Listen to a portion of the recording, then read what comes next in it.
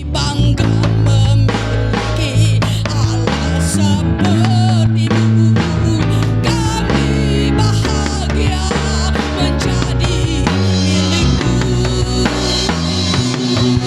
Kami muliakan, kami tinggikan, kami agungkan nama-Mu, Yesus.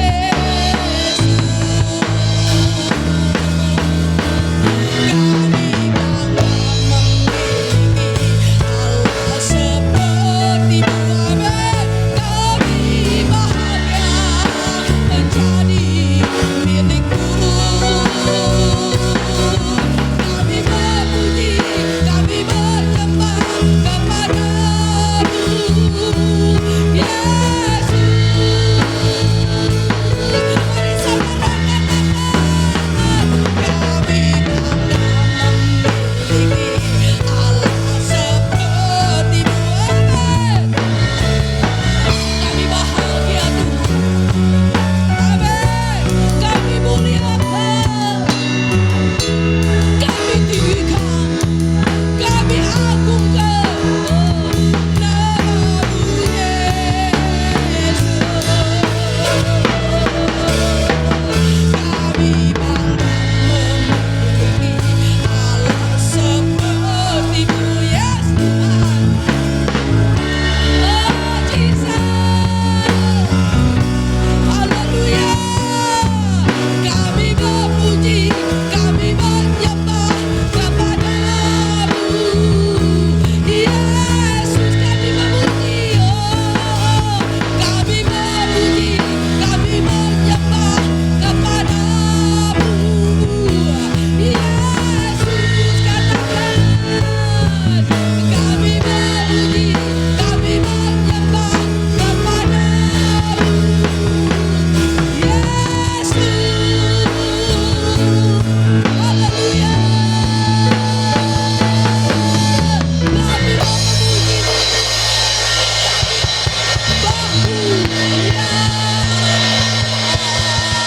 di dalam Tuhan Yesus Kristus yang mau memuji Tuhan, yang mau menyembah Tuhan. Kita mau bersorak-sorai pagi ini bagi nama Tuhan. Haleluya. Katakan amin. Semangat dong ya. Iya, yuk kita akan datang kepada Tuhan pada pagi hari ini. Kita mau bersorak bagi Tuhan. Dapat tangan.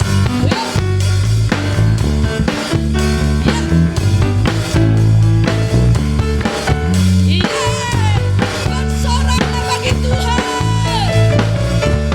Iya, bersoraklah bagi Tuhan. Dialah benteng kisah hidupku. Iya, bersoraklah bagi Tuhan. Dialah perlindunganku. Yo, bersoraklah bagi Tuhan. Dialah benteng kisah hidupku. Bersoraklah bagi Tuhan. Dialah perlindunganku. Katakan bagi Tuhan yang segala sakitku.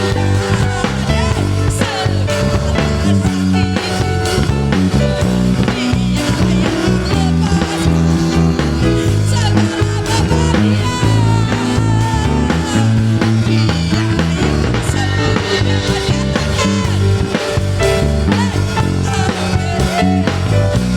Dia yang lepaskan segala bebanku. Bersoraklah, iya. Oh, amin saudara. Iya, bersoraklah bagi Tuhan. Oh, dia lagi. Bersoraklah, bersoraklah bagi Tuhan. Dialah benteng kisah hidupku. Amen. Bersoraklah, bagi Tuhan. Dialah perlindunganku. Katakan kedua yang sembuhkan. Katakan segala sakitku. Dia yang lepaskan segala beban. Dia sembuhkan. Dia yang sembuhkan segala sakitku. Dia yang lepaskan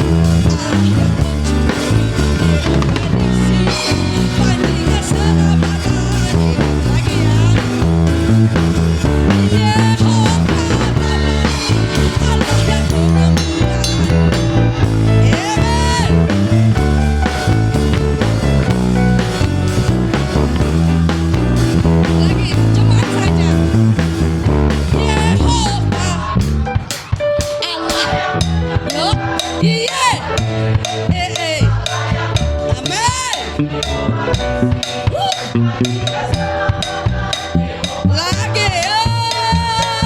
Yehova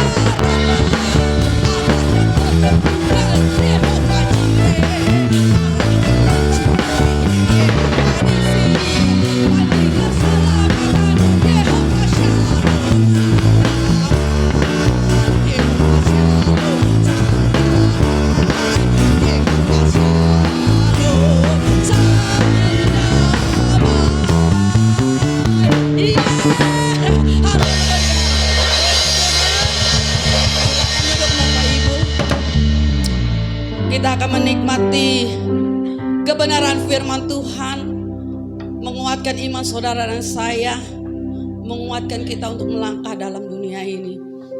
Mari saudara, buka hatimu, biarlah firman Tuhan yang akan ditaburkan seperti biji yang subur di dalam hati Bapak Ibu Saudara. Dan kita bersyukur mempunyai Tuhan yang selalu menyembuhkan saudara dan saya. Kita bersyukur mempunyai Tuhan yang selalu memulihkan kehidupan Bapak Ibu Saudara. Oh haleluya. Kaulah Tuhan penyembuhku, Kau sembuhkan sakitku. Kau berfirman dan sembuhkanku. Kaulah Tuhan penyembuhku. Kaulah Tuhan pemulihku. Kau pulihkan hidupku. Amen. Haleluya. Kau berfirman dan pulihkanku. Kaulah Tuhan pemulihku. Katakan kembali. Kaulah Tuhan penyembuhku. Mari Bapak Pendeta, hambanya Pak Esra.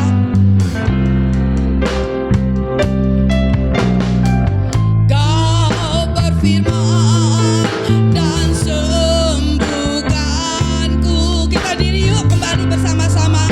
Bapak Ibu Saudara, mari kita mau berdiri.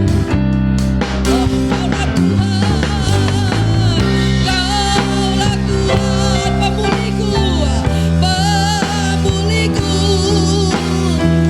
Kau pulihkan hidupku. Kau berfirman dan pulihkanku. Yes. Kaulah Tuhan pemulihku. Kau berfirman, Kau berfirman dan sembuhkanku, sembuhkanku. Kaulah Tuhan Kau berfirman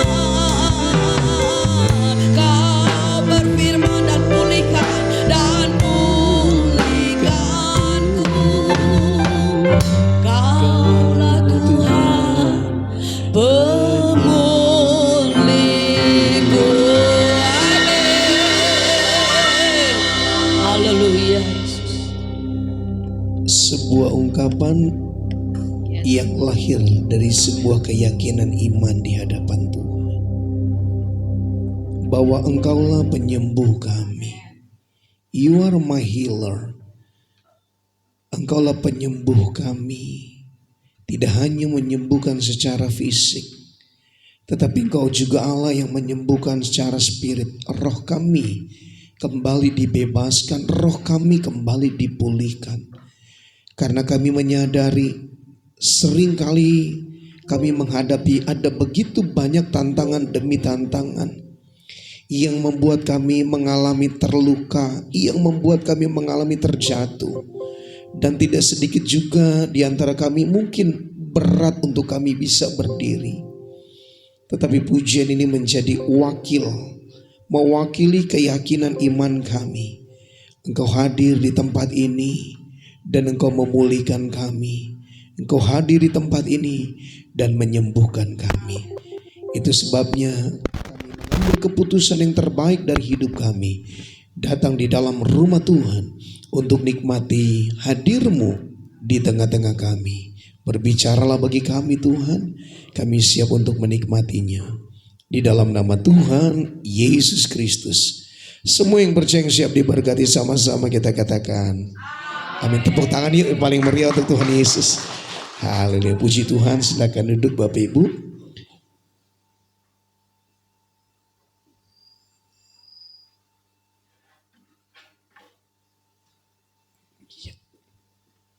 Puji Tuhan, nggak terganggu senarnya tadi, agak sedikit terganggu ya saudara. Dan shalom. Saya percaya bisa lebih kuat dari ini saudara. Shalom. Sekali lagi katakan shalom. Oke. Salam sejahtera dalam kasih Tuhan. Saya bersyukur kepada Tuhan kalau pada pagi hari ini bisa ada di hadapan Bapak Ibu Saudara. Dan terima kasih untuk Ibu Gembala di tempat ini yang energik dan juga pemimpin pujian yang luar biasa energik saudara. Sudah lebih dari 1 tahun mungkin kita gak ketemu saudara. 1 tahun ya. Karena 2023 sekarang 2024 ya 1 tahun saudara. Dan senang sekali melihat kesetiaan dari jemaat Tuhan di tempat ini. Saudara sudah datang pagi-pagi dan saya gak mudah untuk Bapak Ibu Saudara bisa ada di tempat ini di pagi hari. Ada kekuatan tersendiri untuk saudara bisa hadir di tempat ini. Mungkin kita bisa memilih untuk bisa istirahat di rumah. Mungkin bisa kita melakukan aktivitas yang lain bersama dengan keluarga. Untuk hadir di tempat ini kita membutuhkan sebuah perjuangan yang gak mudah saudara. Mengalahkan rasa ngantuk itu butuh perjuangan. Untuk mengalahkan rasa malas itu butuh perjuangan gitu saudara. Apalagi untuk kita melangkah dari tempat ini butuh perjuangan. Tetapi kita mengambil sesuatu yang terbaik dari hidup kita, yaitu sebuah keputusan. Hari ini adalah satu keputusan yang terbaik yang kita ambil. Mengapa? Karena keputusan hari ini akan sangat mempengaruhi perjalanan iman kita, perjalanan kehidupan kita, tidak hanya untuk seminggu ke depan, tidak hanya untuk 1 bulan ke depan, tetapi untuk selama-lamanya. Satu ketika Alkitab memberikan sebuah kisah cerita tentang satu pribadi yang bernama Abraham. Dalam Kejadian pasal yang ke-12 di sana, Abraham diperintahkan oleh Tuhan untuk meninggalkan Ur Kasdim, meninggalkan sanak famili, meninggalkan kaum keluarganya, dengan sebuah konsekuensi bahwa dia akan kehilangan warisan. Dengan sebuah konsekuensi dia akan kehilangan harta bendanya. Dengan sebuah konsekuensi dia akan terpisah dari kaum keluarganya. Dan dia harus pergi meninggalkan.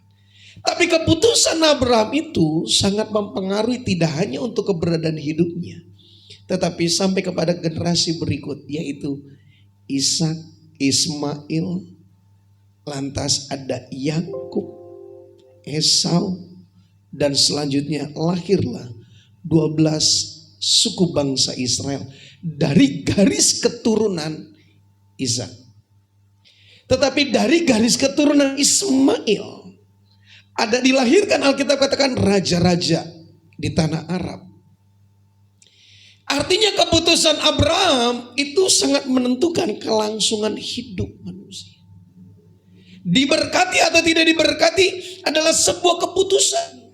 Sehingga genap nubuatan firman Tuhan bahwa generasi sampai generasi ketiga dan keempat, Alkitab katakan, diberkati oleh Tuhan. Dampak dari sebuah keputusan. Kalau saja Abraham hari itu menolak dan berkata, saya gak mau keluar dari Ur Kasdim, saya gak mau kehilangan warisan, saya gak bisa jauh dari sanak famili, saya mau tinggal di Ur Kasdim karena Ur Kasdim tempat di mana saya dibesarkan menjadi sebuah tempat yang nyaman buat saya. Sementara Tuhan menyuruh dia kepada satu tempat yang gak pernah dia tahu tempatnya di mana. Seakan-akan tempatnya tidak ada sebuah kepastian. Tidak ada titik terang, hanya dikatakan keluar dari Ur Kasdim, aku akan memberkati kau bla bla bla bla bla bla bla bla. Sekian banyak janji yang Allah berikan. Tetapi kenyataannya saudara, dia nggak pernah tahu tempat yang akan dia tuju. Kalau dia bisa berargumentasi dengan Tuhan dan dia akan berkata begini saudara, saya lebih bagus tinggal di Ur Kasdim. Karena Tuhan menyuruh ke satu tempat yang gak ada kepastian. Seakan-akan gak ada kepastian. Betul engkau akan memberkatiku. Tapi sebuah perjalanan yang harus dia lalui gak mudah. Saudara.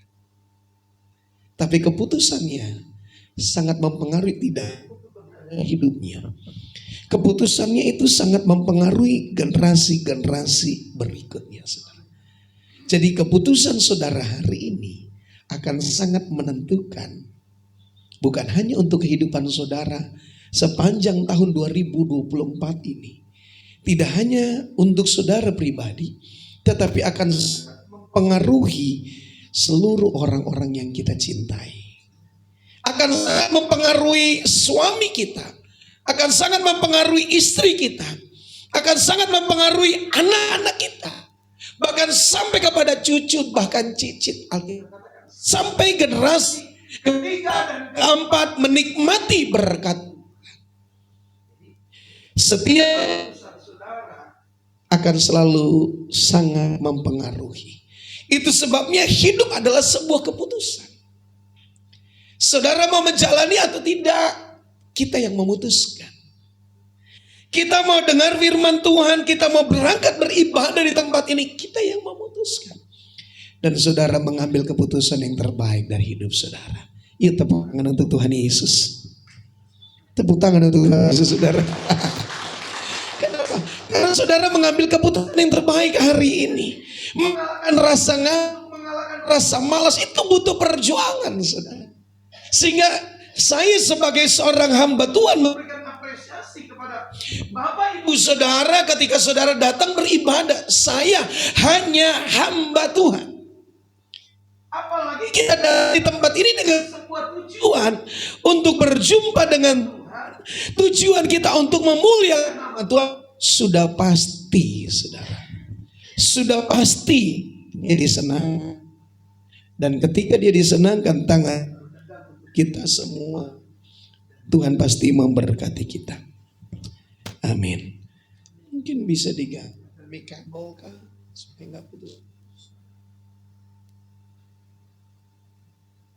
Yuk kita lihat kita dulu di dalam Injil Yohanes pasal yang ke-14 dari ayat yang ke-6. Yohanes pasal yang ke-14 dari ayat yang ke-6.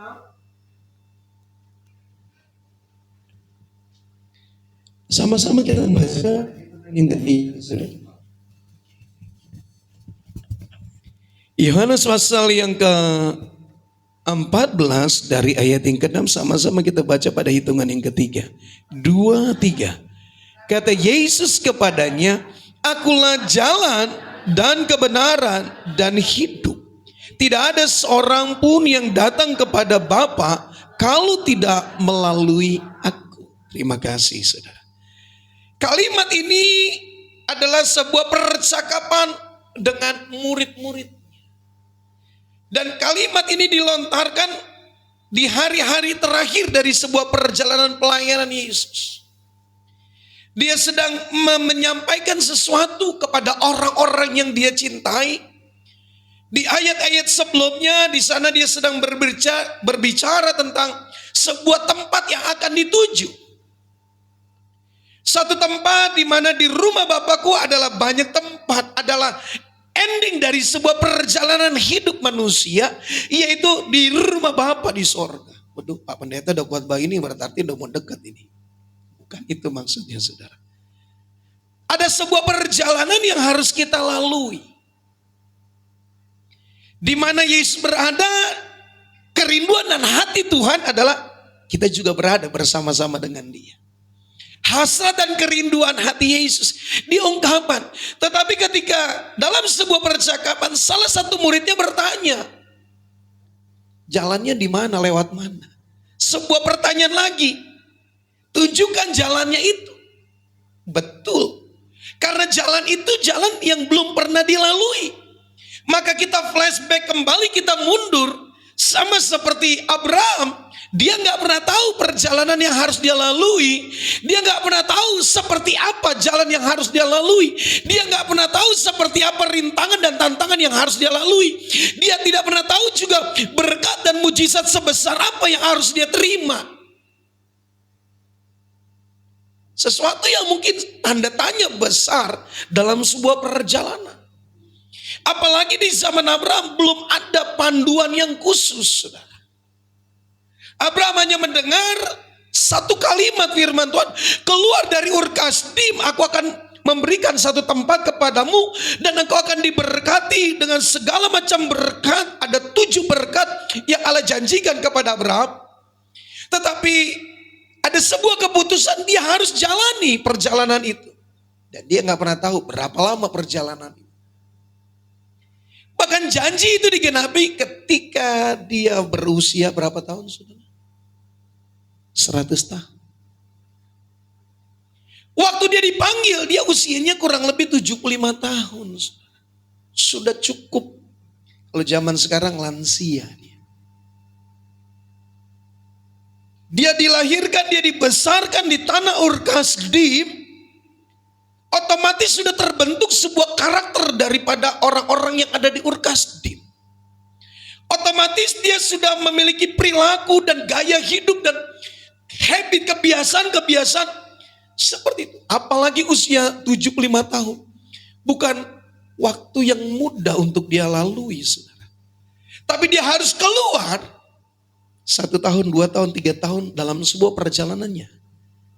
Dia tidak menemukan bahwa janji itu digenapi.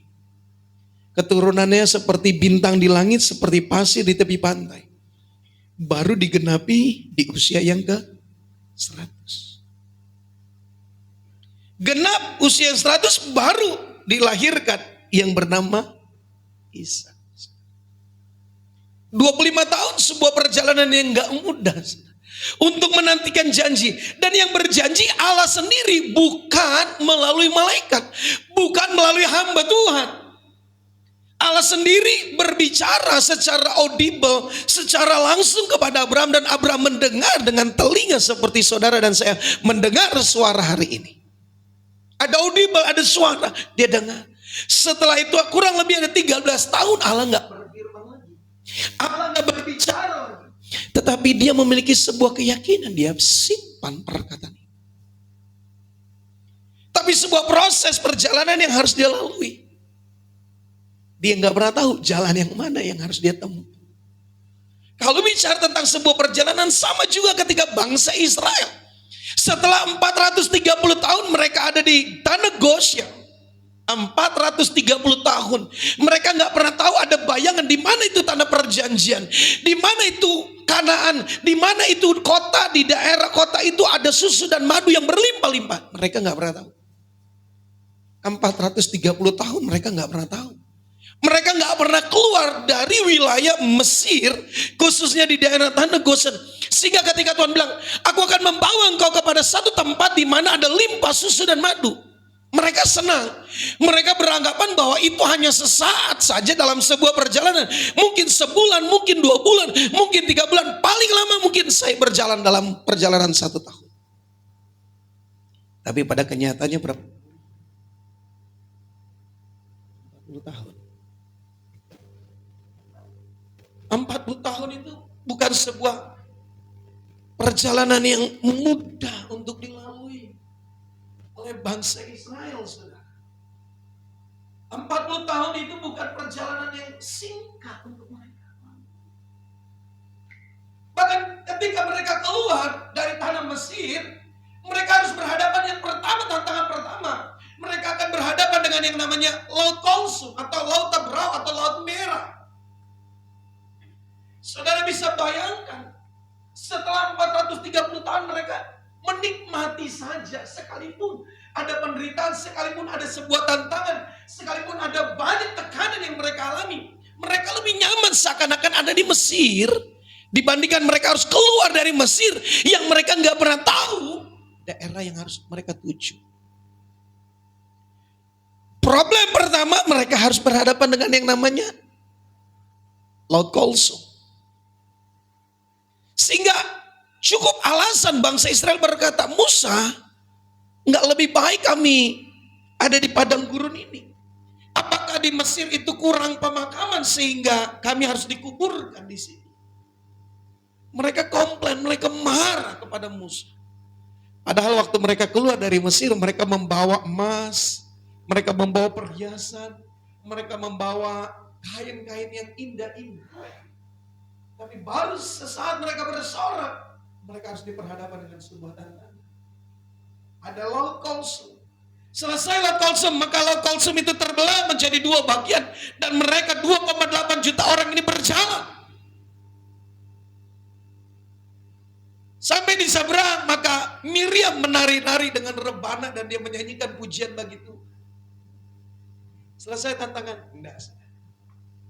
Mereka harus berhadapan dengan terik panas matahari. Dengan kegelapan malam yang pekat. Kembali seakan-akan tidak ada kepastian. Mereka harus berhadapan dengan musuh-musuh. Ada daerah-daerah, ada tantangan-tantangan demi tantangan. Berhenti sampai situ? Enggak. Mulai muncul tantangan terberatnya adalah dari dalam diri mereka sendiri. Ketamakan, keserakahan, ketidakpatuhan, pemberontakan. Bergeser tujuan, bukankah tujuan ketika Allah membawa mereka keluar dari Mesir dengan sebuah tujuan bahwa mereka beribadah. Tujuan pertama bangsa Israel keluar dari Mesir hanya satu, ibadah. Mereka memiliki kekayaan itu tujuannya dipakai untuk membangun tabernakel Musa. Bukan membuat patung lembu anak emas. Tapi mereka membuat patung lembu anak emas. Perhiasan, kekayaan yang mereka miliki yang harus ditujukan untuk memuliakan nama Tuhan. Membangun tabernakel, membuat alat-alat, membuat sarana untuk peribadahan. Dipakai oleh mereka untuk kemaksiatan tanda petik. Kemabukan, pesta pora, perzinahan, menyembah berhala. Beda sekali saudara. Seperti orang yang seperti gambaran ilustrasinya seperti kuda yang lepas kandang. Jadi wow, liar. Dan ini keberadaan dari bangsa Israel saudara. Saudara bisa bayang. Tapi kembali anugerah Tuhan untuk bangsa Israel. Mereka sampai ada tantangan berikutnya. Ada tembok Yeriko yang tebalnya kurang lebih 8 meter. Dan belum ada satu persenjataan yang bisa meruntuhkan tembok itu.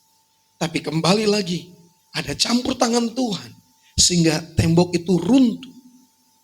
Dan mereka bisa menjarah kekayaan yang ada di Yeriko. Berhenti sampai di situ? Enggak.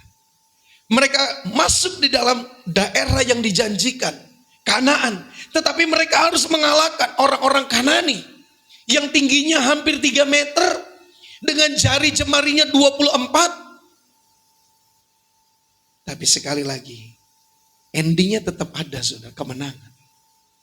Sebelum sampai mereka harus juga melewati yang namanya Sungai Yordan. Artinya sungai kematian, ada sebuah tantangan. Yang saya ingin garis bawahi adalah ada sebuah perjalanan. Mulai dari zaman Abraham ada sebuah perjalanan.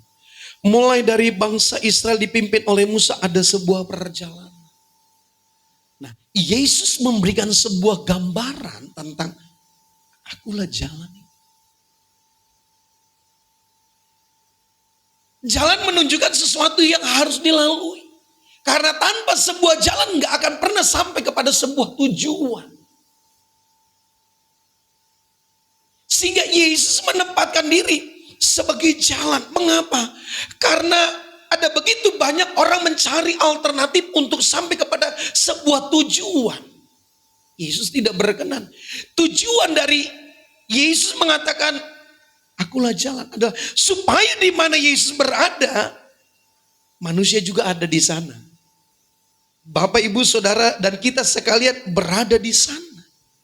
Bukan jalan yang menurut pandangannya sendiri. Bukan jalan menurut apa yang dipikirkan. menurut pikiran manusia sendiri. Bukan. Amsal Salomo memberikan sebuah catatan. Ada jalan disangka orang lurus, endingnya kematian.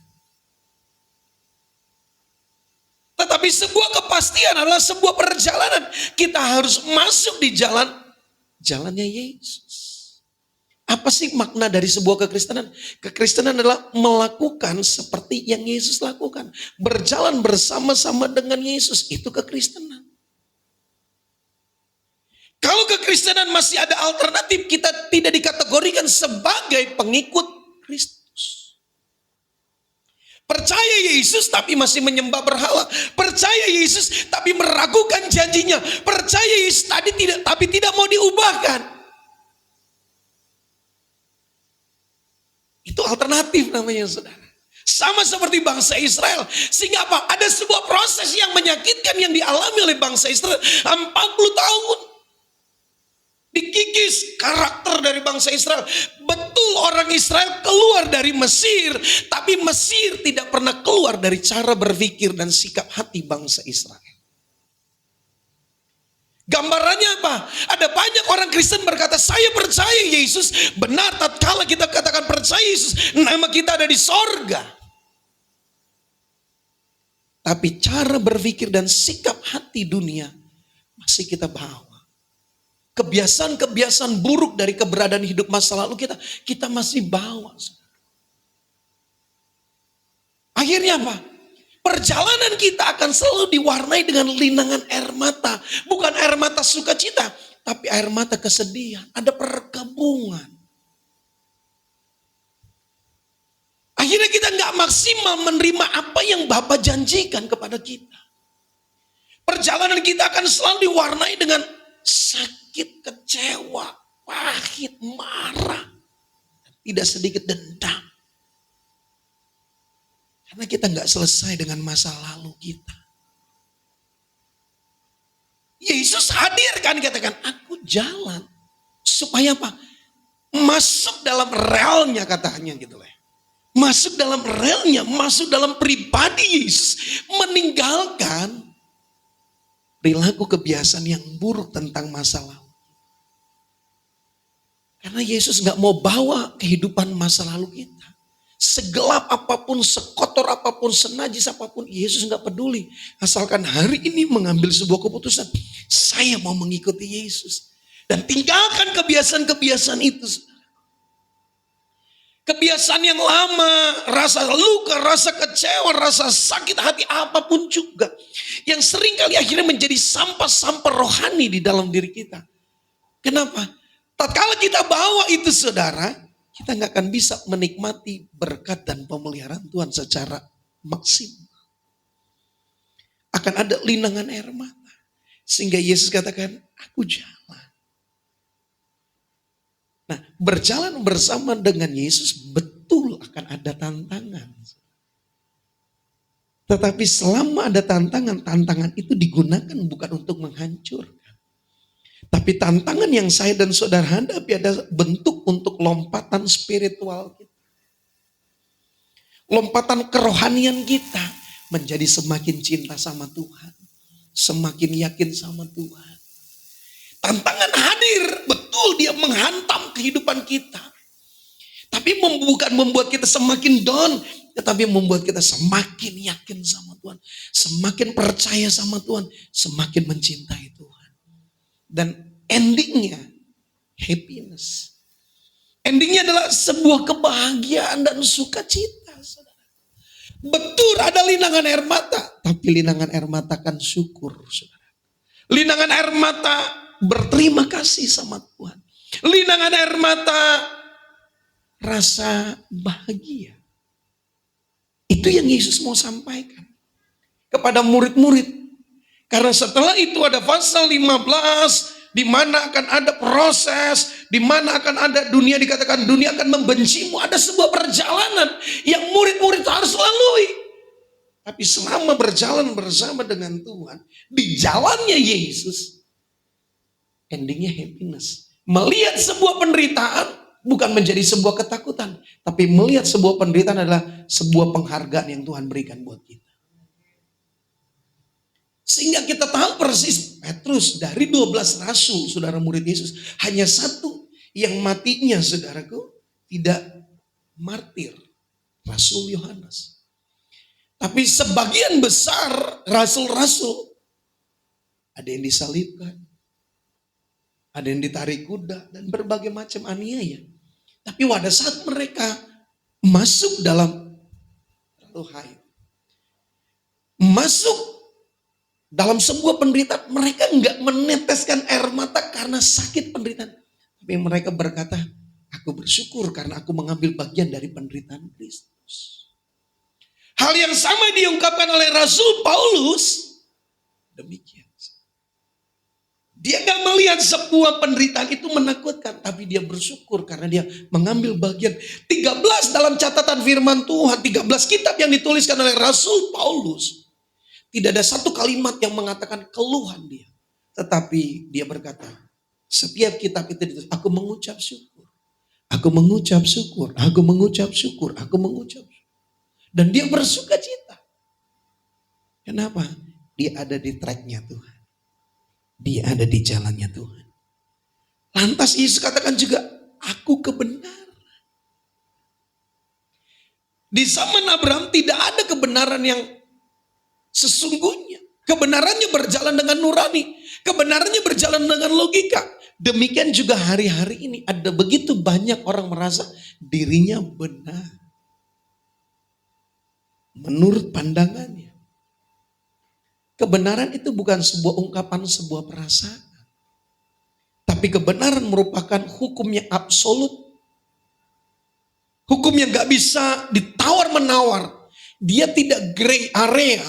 Dia tidak abu-abu, tapi hitam dan putih. Dia memberikan sebuah batasan. Kutuk dan berkat, kematian dan kehidupan. Jelas dia memberikan gambaran itu. Dunia tidak akan pernah bisa menunjukkan sebuah kebenaran yang absolut. Hukum yang absolut karena dunia kompromi dengan dosa. Nah, gereja Tuhan orang percaya harus berani berkata ya di atas ya, tidak di atas tidak. Sekali Yesus, tetap Yesus. Itu kebenaran yang absolut. Itu kebenaran yang hakiki. Dan kita harus berani berkata